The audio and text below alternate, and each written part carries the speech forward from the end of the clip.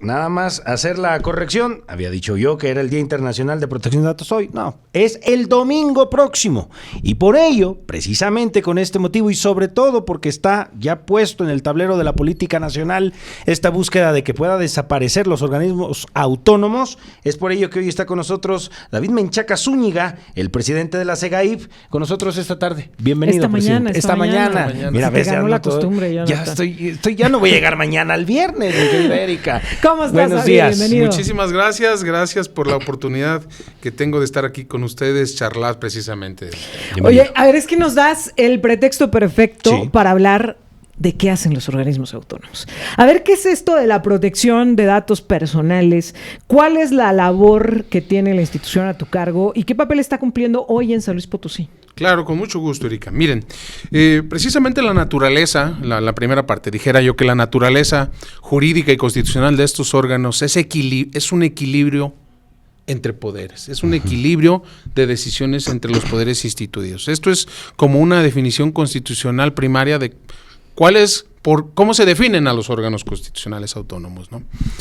Particularmente en el caso de nosotros, de SEGAIP y en su caso también de INAI, pues estas instituciones lo que hacen es tutelar dos derechos constitucionales. ¿Cuáles son los dos derechos constitucionales que tutelamos, que cuidamos?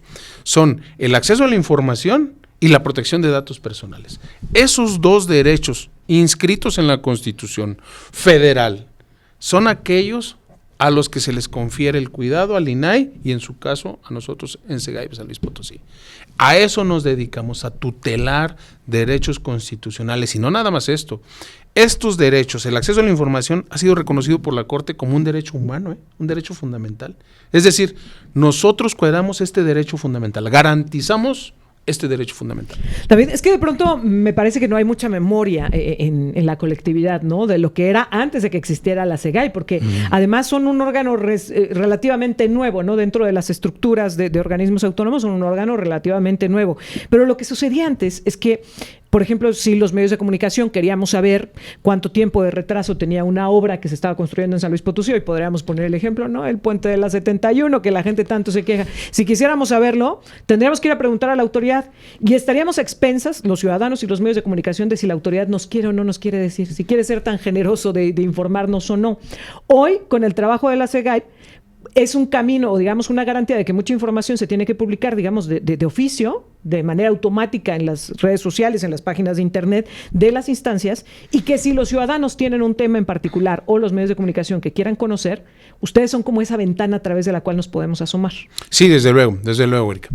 Precisamente estas instituciones dedicadas a garantizar el tema de acceso a la información, de garantizar que las autoridades publiquen su hacer diario, su ejercicio público diario a través de los medios digitales que existen, pues es precisamente la materia prima, digamos, de estas instituciones. Y nacen como consecuencia de la discrecionalidad que tenían los poderes públicos de otorgar la información. Es decir, hace 20 años era impensable que le pudiéramos pedir a una autoridad que nos informara cuánto gana un servidor público. Van a decir, no, si quisieran te lo contestaban, mucho y si no, no. Mucho menos el presidente, mucho los menos los alcaldes. No, era imposible pensar y hablar de cosas mucho más sublimes, ¿no? De a quién le dice el contrato, por qué se lo diste, cuál es el proceso de licitación, etcétera, etcétera, como hay tantísimos temas. En fin, como consecuencia de precisamente la falta de regulación de este derecho constitucional, nacen estos órganos. Estos órganos lo que garantizan es que entonces las autoridades, al que un ciudadano le pregunte, y no nada más que le pregunte, porque hay obligaciones de oficio, pregunten o quieran saber qué se hace con el dinero público, pues estamos nosotros para obligar a las autoridades a que Pero ese es el argumento de los seguidores a fines políticos, ¿no? Es decir, es que pertenecían esto al gobierno y se separaron, y ahora están buscando que regresen. ¿Qué ve el riesgo en este retroceso? Miren, yo veo que la idea de la permanencia de estos órganos, impulsada particularmente por el presidente de la República, creo yo que es, lo digo con absoluta responsabilidad, una ocurrencia. Es una ocurrencia de meterle mano a la Constitución. Es una ocurrencia de alguien que puede pensar que a través de una iniciativa pueden darle la vuelta a los derechos constitucionales que a través del tiempo le han costado a los ciudadanos, a las instituciones, al propio Estado mexicano, Esto es al propio Estado mexicano, porque hay un engranaje completito de instituciones, leyes, ciudadanos, procedimientos que enarbolan y que dan como consecuencia que nos lleva a un embudo de dar un derecho a los ciudadanos. Esto es muy importante. Esto es un derecho de los ciudadanos. Porque además hay que decirlo, la ley de transparencia es muy clara. Los sujetos obligados son las autoridades. Así es. Pero a quien se le salvaguarda el derecho es a los ciudadanos. Así es. Ahora, David, ¿qué pasa si este 5 de febrero el presidente presenta esta iniciativa y dentro del listado de los 10 organismos a desaparecer está el INAI? ¿Qué pasa con la SEGAIP? Miren, la SEGAIP forma parte, es parte integral de un sistema nacional de transparencia.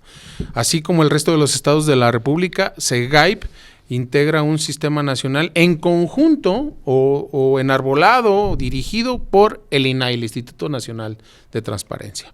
Entonces, nosotros quisiéramos saber exactamente cuál es el alcance que propondría esta iniciativa, pero si el caso fuera de que las funciones que hace hoy el INAI fueran absorbidas o fueran confiadas a otra secretaría del Poder Ejecutivo o de algún otro como órgano función más, pública. Como función pública, nosotros, en teoría, no tendríamos ningún impacto en la permanencia en San Luis Potosí. No desaparecen en automático. No desaparecemos en automático. ¿Por qué?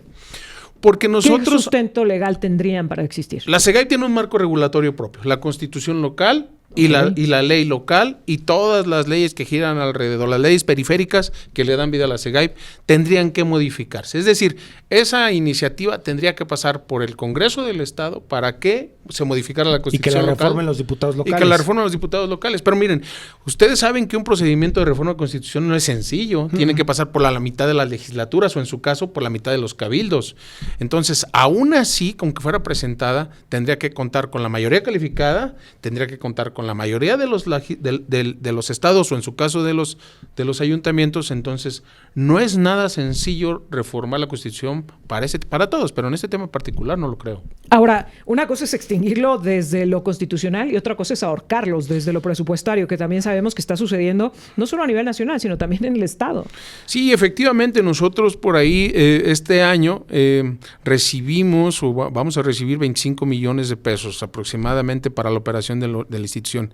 Sin embargo, hemos tratado de intentado buscar acercarnos a la Secretaría de Finanzas con el ánimo de sensibilizarlos en que nos den lo del año pasado. O sea, no ¿Cuánto tuvieron el año pasado? El año pasado tuvimos 28 millones de pesos, pesos más, pesos menos, 28 millones de pesos, y con ello nos ajustamos. Esto sí es importante decirlo, nos ajustamos al plan que tiene el Poder Ejecutivo, el gobierno del Estado, a la racionalización del gasto, a salir con lo mínimo indispensable para desarrollar nuestras funciones.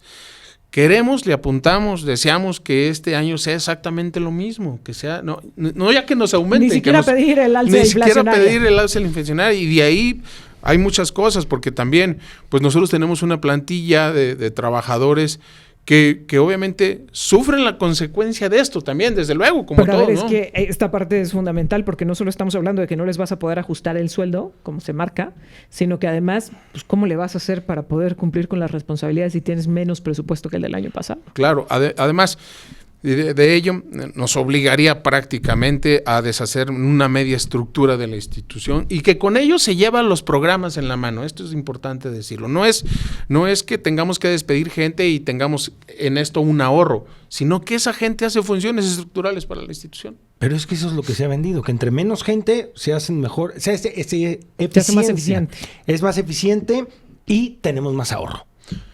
Miren, desde luego que este es un principio básico de la administración pública. Estamos pensando en que esto, pues sí, es una buena idea en el términos de eficiencia, en términos de eficacia en la administración pública. Pero también hay cosas muy elementales, muy elementales, que si las ponemos en la mesa, concluiremos en que, pues, a la institución hay que darle lo más mínimo para que salga en su plantilla, en sus necesidades básicas, ¿no? Híjole, pues tremendo reto que estás enfrentando. Y yo quiero referirme precisamente a otra de las labores que llevan a cabo, que es la protección de datos personales. Así es. Porque, a ver, cuando me dices, En el recorte va en riesgo las actividades, obviamente, que llevan a cabo esas personas. No están ahí sentadas, pues, que están cumpliendo una labor, y si se les recorta a ellas, pues se recorta la capacidad que pueda tener el SEGAIP de atención a la población, de cumplimiento de programas, de capacitaciones, etcétera, de todo lo que ustedes llevan a cabo como parte de sus actividades. ¿Qué hay de la protección de datos personales? ¿Qué tipo de datos personales salvaguardan ustedes, para empezar?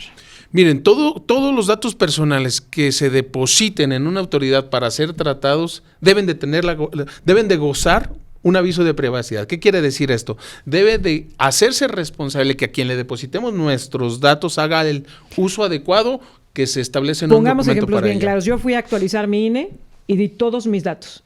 El INE debe de tener un aviso de privacidad que al momento en que tú depositas tus datos, firmas ese aviso de privacidad en donde responsabilizas a esa institución del tratamiento de esos datos. Yo fui a pagar mis derechos vehiculares. También. Mi predial. También. Ahí están todos mis datos de dónde vivo, qué coche tengo, todo lo demás. Todo. Eso tiene que estar salvaguardado. La transferencia de un dato personal es un asunto que se revisa y se sanciona por la SEGAIP, desde luego.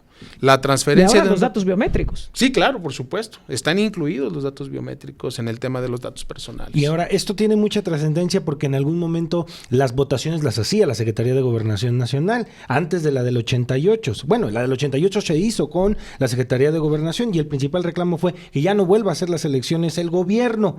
Y ahí, en algún momento, la reforma electoral del presidente decía que vuelva a hacer las elecciones el Estado, que las vuelva a hacer el gobierno y pasen los datos de nosotros. Ahí el INAI dijo, no, ahí no se puede porque hay una protección a los datos personales de la ciudadanía. Se iba a intentar regresar otra vez a ello, presidente. Sí, efectivamente. Miren, eso son una de las cosas que le dan vida, que le dan sustento a la función de los órganos constitucionales autónomos. ¿Qué quiere decir esto?